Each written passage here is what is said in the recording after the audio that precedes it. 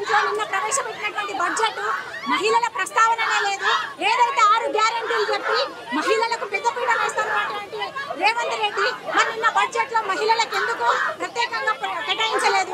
మరి 2500 రూపాయలు ఇంట్లో కూర్చున్న ఆడవాళ్ళకు కూడా ప్రతి ఒక్కరికి ఇస్తామని చెప్పినాడు. ఆ 2500 ఊసే లేదు అసలు.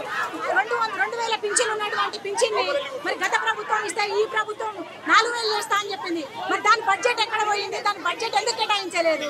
అదేవిధంగా మన ఏదైతే మండలాలలో మన ఇంటర్నేషనల్ హై స్కూల్స్ కట్టిస్తా అన్నాడు. అంటే గ్రామీణ ప్రాంతాలలో చదువుకున్న పిల్లలు ఉండకూడదా? చదువుకోవద్దా? నువ్వు గద్దెనెక్కేటప్పుడు చెప్పిన మాటలేంది? ఇప్పుడు నిన్న బడ్జెట్ ప్రవేశపెట్టినప్పుడు నువ్వు చేసిన చేతలేంది? మరి వెంటనే ఈ యొక్క బడ్జెట్ ను మేము ఖండిస్తున్నాము. ఆ బడ్జెట్ మహిళలకు న్యాయంగా లేదు కాబట్టి మేము ఈ రోజు మహిళా మోర్చా నుంచి డిమాండ్ చేస్తా ఉన్నాము. అదేవిధంగా యువతకి 18 సంవత్సరాలు నిండిన అమ్మాయిలకి స్కూటీలు ఇస్తామని చెప్పినాడు. మరి ఆ స్కూటీల మాట ఏమో దేవుడేరు, కానీ వాళ్ళకి 5 లక్షల వారంటీ కార్డు ఇస్తాను వాళ్ళకి స్టూడెంట్స్ పిల్లలకి. మరి వాటి గురించి కూడా ప్రస్తావన లేదు. చూపించేదేమో చుక్కల్లో చంద్రుడు అన్నట్టు చూపిస్తున్నాడు బడ్జెట్ లో, కానీ అక్కడ లోపలికి వెళ్ళి దాన్ని పరిశీలిస్తే అసలు మహిళలకు ఇచ్చినటువంటి గ్యారెంటీల మీద అసలు బడ్జెటే లేదు.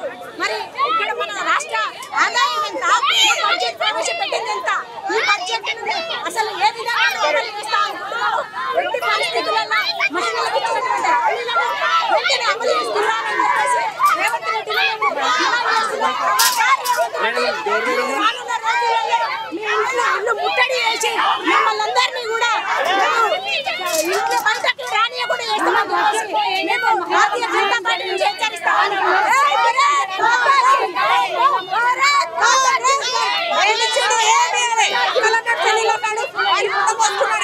అందరినీ ఆడవాలని అవసరమా చేయడం ఇంతవరకు